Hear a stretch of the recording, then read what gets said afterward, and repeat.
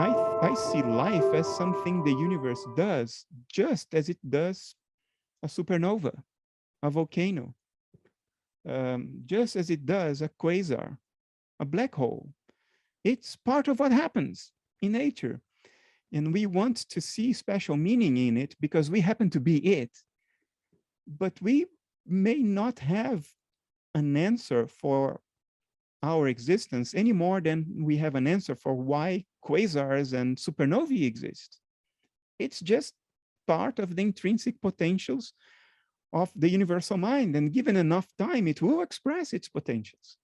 Now, that doesn't mean that it's random. It's not random. It's determined by the mental archetypes of the universe. It's, or to say the same thing in different language, it's determined by the regularities we call the laws of physics. So it's not random, it's not arbitrary. It just may not have the kind of reason that would comfort us, because we look for a reason couched in some form of premeditated planning and meaning. And it may not have that. It doesn't mean that it's random. It doesn't mean that it doesn't have any reason at all. It may only mean that it doesn't have the kind of reason that we would like for our own comfort. It may have a spontaneous, instinctive reason, and that reason may be to get a grip on itself, but the mind deceives itself so much that at some point it really wants to know itself. It wants to get a grip on itself. And dissociation may be an expression of that archetypal drive. It's instinctive, it's spontaneous, it's not the result of reasoning about it and premeditating and drawing a plan and weighing the pros and cons. No, it probably arose spontaneously, but there may be a cognitive impetus for that. Actually, it must have a cognitive impetus since the universe is a mind. And that cognitive impetus may have to do with the impetus to get a grip on itself and somehow contemplate itself from the outside. But what outside? There is no outside. It's all that exists. So it creates an outside through dissociation. And this may have been a very spontaneous process. But that's the origin of life, not the origin of the universe. Now, having made all those disclaimers about the Big Bang as just a useful fiction, and we have to be careful about how literally we interpret it and how much confidence we place on it, we shouldn't take it as an established fact for sure, because physicists don't think it's an established fact. So having made all of those disclaimers, I will venture in speculation. I think the physical universe is a symbolic representation of the universe as it is in itself. Now, am I saying something different than the dashboard metaphor? Yes, I'm adding a nuance to that. I'm saying that not only does the dashboard present measurements, but those measurements are invested with symbolic meaning. So you have to extend the metaphor beyond just a mechanical dashboard of an airplane, which I use to appeal to your physicalist intuitions of this day and age in our culture. And you have to think of it as something that is not only mechanical. It has nuances that go beyond the mechanical aspect of the metaphor. You have to think of it as a symbolic drama, as a metaphor. Those measurements have a metaphorical nature. They symbolically point at something beyond themselves, in the same way that we use symbols in our religions. And so I'm saying the same thing, but I'm inviting you to think of the metaphor as something that is not just mechanical like the dashboard of an airplane, but as something that is invested with the full properties of mind, the cognitive abilities of mind to represent things through symbolic analogies and metaphors. That's how that dashboard works. It's not a just mechanical representation of measurements. Those measurements take the form of symbolism. Therefore, the whole physical universe is an expression of symbols, suggestive symbols. It's mind trying to tell itself in the only language that it knows, the language of analogy. It's mind trying to tell itself what it is. The mind of the universe trying to tell itself, the mind in us, what it is through the only language it knows, the language of symbols. That's how humans used to think before we developed conceptual language and the notion of literal truth, which is very, very, very recent in human history, let alone the history of the universe. Therefore, everything we learn about the universe is invested in some symbolic meaning if only we have the attention and the subtlety of perception to discern.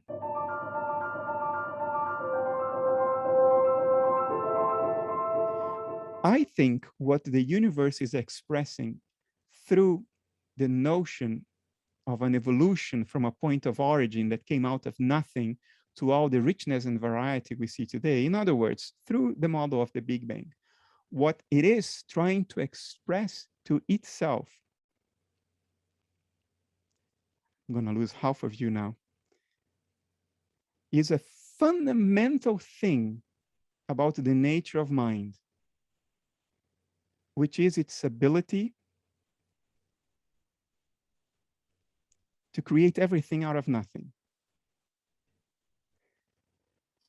And of course, once you get there, you will start pointing out to all kinds of inconsistencies in whatever I say from this point on.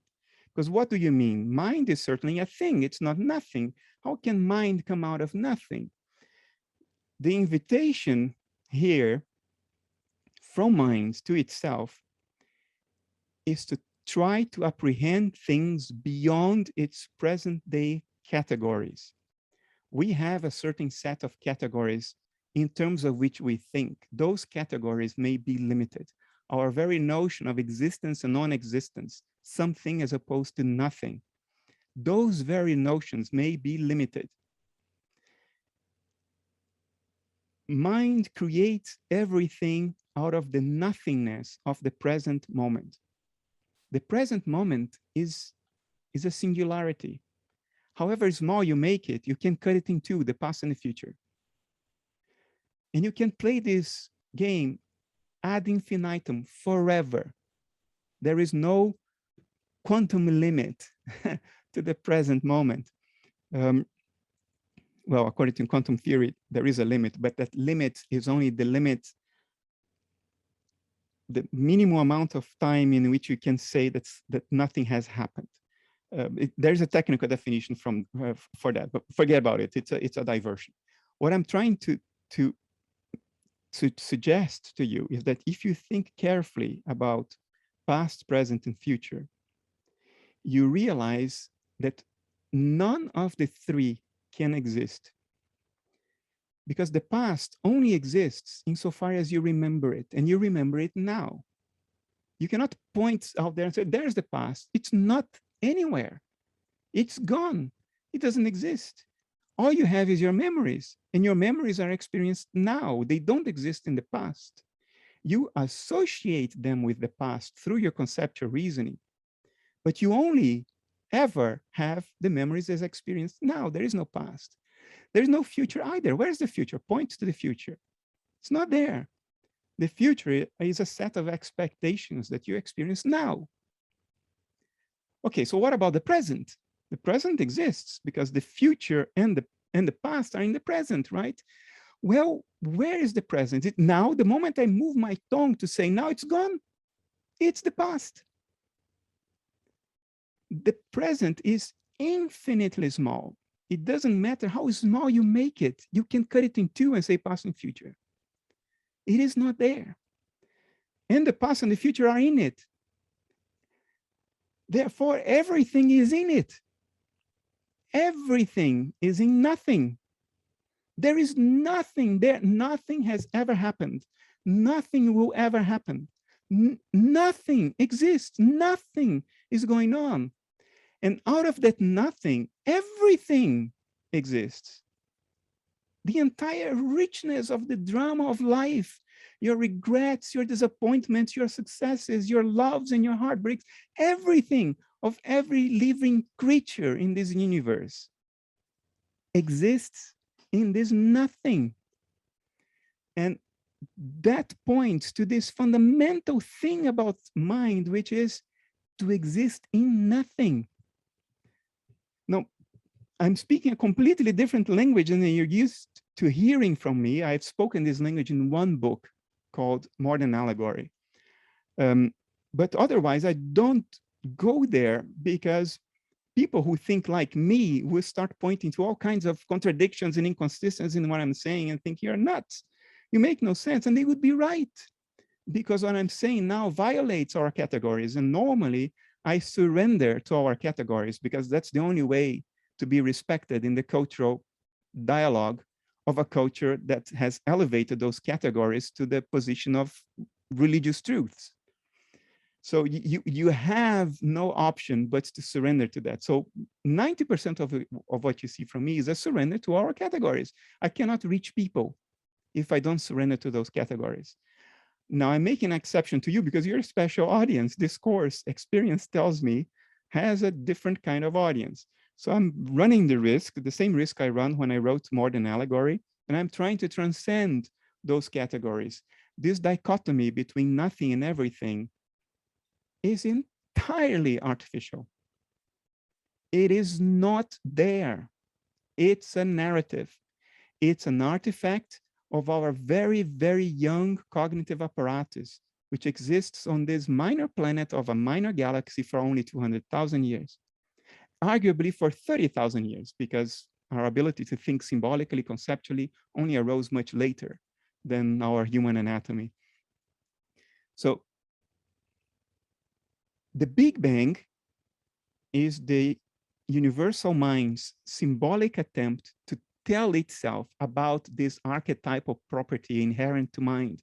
It's telling itself, look, I exist in nothing.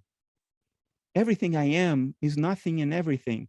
Please, as a dissociated outer who has developed the ability to metacognize, try to make some sense of that for me, because I myself cannot make any sense out of that.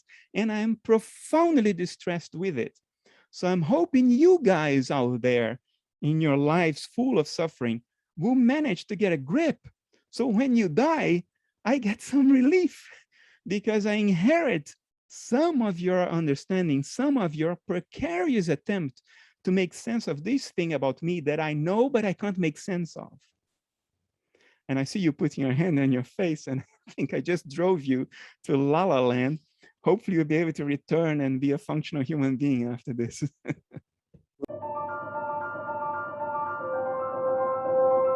Quick technical question, because you saw I've kind of divided questions into categories and let people vote on the one they're most interested in. This almost feels like a separate category, or like, how would you frame this topic? Like, could we still put it in the category of non-duality, or would you feel it's almost like something is separate, the conversation about the symbolism of it is Advaita, but it's not the Western understanding of non-duality. It's too superficial, what we call non-duality. Look, the answer to the riddle, and this is not coming from me. I mean, it's coming from me too, in the sense that I resonate with it, so I make it my own, but I'm not the first one to say this. The answer to the riddle has to do with self-reference. Computer scientists call it recursion. It's when a function calls itself to solve a problem. This self-reference is the answer to the riddle of how everything can exist out of nothing. And in the Vedas, I mean, in so many places, but there is a segment in which there are many myths. You know, the Vedas is a collection of all kinds of oral histories. But in one, it's said that Brahman created the primordial waters, and then it planted its seed in the primordial waters and gave birth to itself within its own creation. Now, what do you mean? To be given birth to means that you begin your existence at birth. But if you give birth to itself, you have to pre-exist your own birth. And no, short circuit, because it doesn't fit into our normal categories. But the answer to the riddle has to do with exploring this idea of self-reference to a degree that makes the rational mind entirely uncomfortable, and trying to hold on to that cognitive tension, to that cognitive dissonance for as long as you can possibly can, because the sages say that at some point, if you hold on to that tension long enough, at some point, it dissolves into clarity. a clarity of obviousness of something that is so self-evident, so much under your nose that you can't see it. It's the most familiar of all answers, although it's the deepest of all riddles. That's what the sages promised. I don't know, I haven't been there. All I can tell you is I understand the question. And not trying to speak highly of myself or anybody who understands the question, but understanding the question is halfway, I think. Maybe I'm being too optimistic. I understand the question. And the riddle is, how does something come out of nothing? That's what the Big Bang model is hinting at, because it's literally what it's saying. Everything came out of nothing. Wrap your head around it. So why do we have this model? Because that's what the universe is symbolically suggesting to itself through us as the riddle of existence. And it's hoping that we can wrap our heads around that riddle. Because without us, the universe is acquainted with the riddle, because it is the riddle. It is the embodiment of the riddle. So it is acquainted with it, it sees it, but it cannot make sense of it. It cannot get to a level of comfort that it goes and, okay, no, I'm all right with this. No, it's uncomfortable. It's uncomfortable in the same way that you would be uncomfortable if a great question about your past was unanswered. If you didn't know your origins, if you didn't know how you came about. Now, people who don't know that because they were adopted, they struggle with this question. I'll multiply that by gazillions, and you may have an idea of the discomfort of the universal mind. And why dissociation arose, which is how this question was triggered. Maybe it has to do with trying to answer that question by taking a step outside of itself. Because for as long as you are it, you are the riddle, you can't answer it. You have to take a step outside of the riddle to contemplate it more objectively in order to have any hope to unravel it. So how does the thing that is the only thing that exists take a step outside the riddle, which is itself? Well, it dissociates and then presents the riddle to its own dissociated authors in the hope that from that exterior, seemingly pseudo-exterior perspective in which we are dissociated from the emotional charge of the riddle, and most people don't even think about it. So we are dissociated from the emotional charge of that riddle, which gives us a position of objectivity. The problem is we are so dissociated that we can't even see the riddle anymore. Can't even contemplate the riddle. So we have to take a step outside and then slowly reapproach the riddle, not too fast, otherwise you just end up where you began, but enough that you can recognize the riddle. And you're still not it again. You're still outside of it, but you're close enough that you recognize. This may be the dance of life. How do you answer the riddle? How can everything exist in nothing? And it's obvious that this is exactly what's going on. The past is not there. The future is not there. The present is infinitely small. And yet everything happens in it. What the hell? It's obvious. This is what, there is no doubt that this is what's happening. Everything is unfolding out of nothing in no time. Nothing's happening. And yet everything is in this nothing that's happening. Wrap your head around that. That's the universe's invitation through the dance of galaxies and galaxy clusters and quasars and exploding supernovae and monkeys on planet Earth. That's the invitation. Have a look, pay attention, and make something out of it that can benefit the whole after you're no longer dissociated. So you can bring it back.